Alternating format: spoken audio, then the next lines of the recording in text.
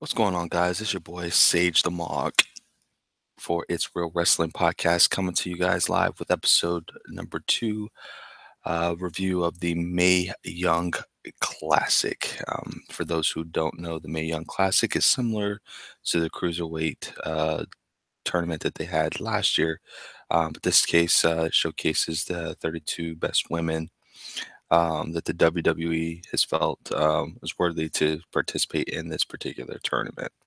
Episode one, you can go into our YouTube channel for episode one, or if you're listening to the audio podcast, just look for episode one of the Mae Young Classic. We had some great contenders on the episode one, including Kaylee Ray and Vanessa Bourne, as well as Abby Lathe and Jazzy Gabber. So definitely, if you guys missed the first review, please go back in and listen to it.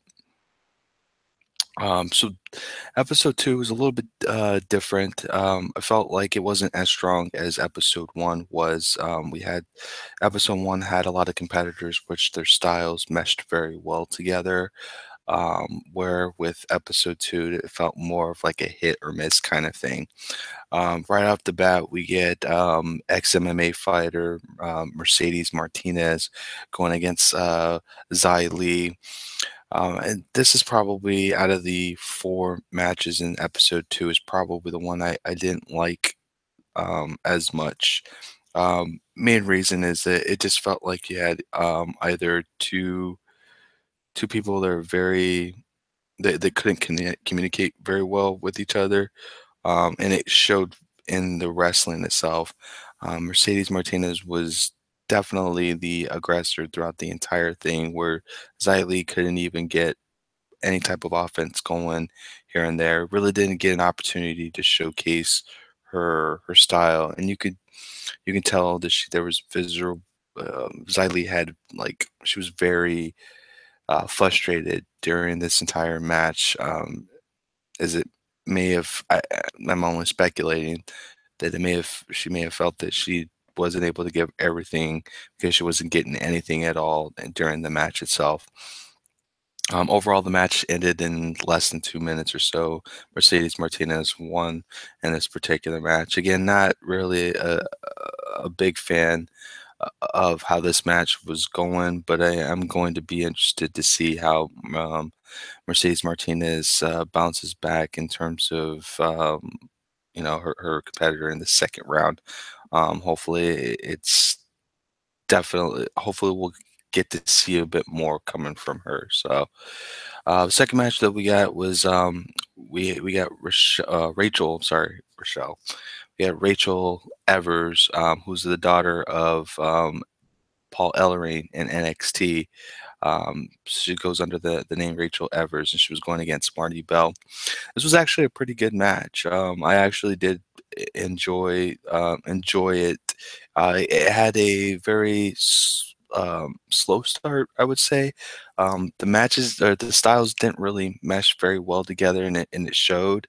Marty Bell was doing more of the heelish kind of showboating around the ring throughout the entire thing, that I felt like it kind of distracted from the overall quality of the match itself.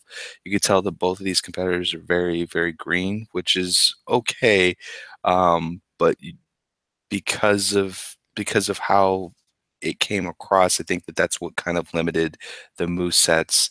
You could tell, like, the way that they were hitting the ropes, like, weren't hitting it naturally, um, and the timing was just a bit off on all the spots itself. But again, towards the end, it started picking up a bit more, but it was a bit spot heavy towards the end of the match. Evers eventually picked up the W on this one with the inside cradle for the win. Hopefully, we'll get to see, like Mercedes Martinez, we'll get to see a little bit more of the movesets for Rachel Evers. I felt like they could have done more with the size differential between the two competitors, but for whatever reason, they just didn't go that particular route.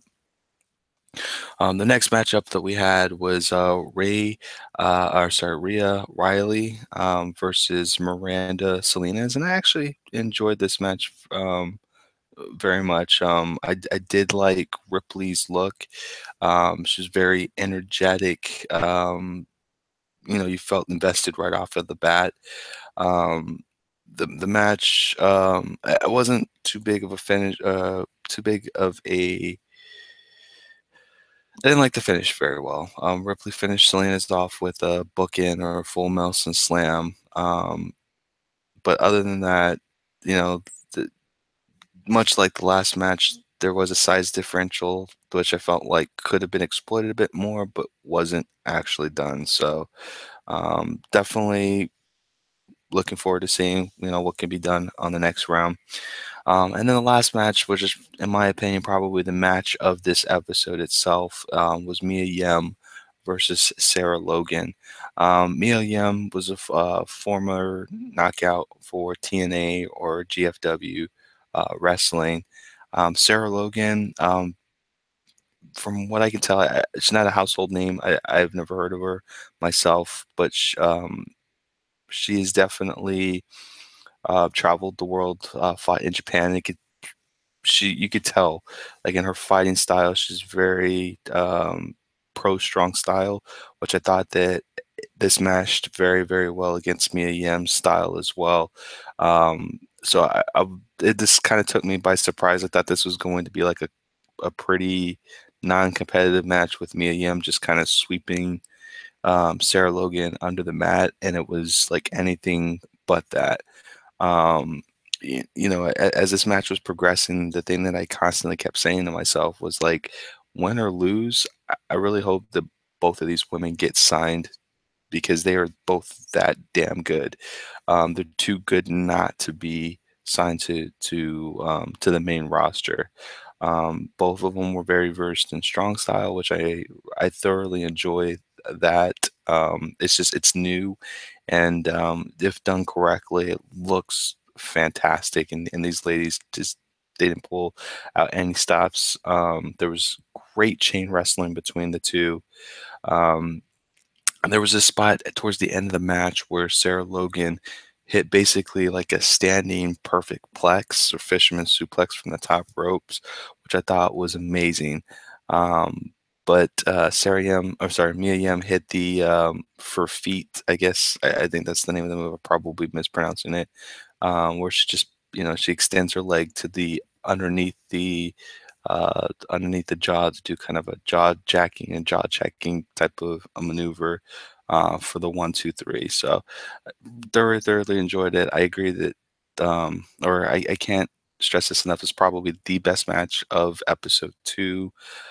Definitely looking forward to some of the great matchups coming in through for episode 3, including Tony Storm versus Aisha Raymond, Dakota Kai versus the ND sensation Kavita Devi, and then Piper Nevin versus Santina Garrett. So I'll be going through that in the next day or so and getting that updated to you guys. But as always, continue to support IRWP, it's Real Wrestling Podcast, by visiting our website, irwp.us. Subscribe to the audio podcast wherever you get your audio, whether it's Google Play, whether it's Player FM, or whether it's Apple, through the Apple Store, the iTunes Store. Please look for It's Real Wrestling Podcast. Share, like, subscribe, be part of the conversation. But most of all, guys, just keep it real.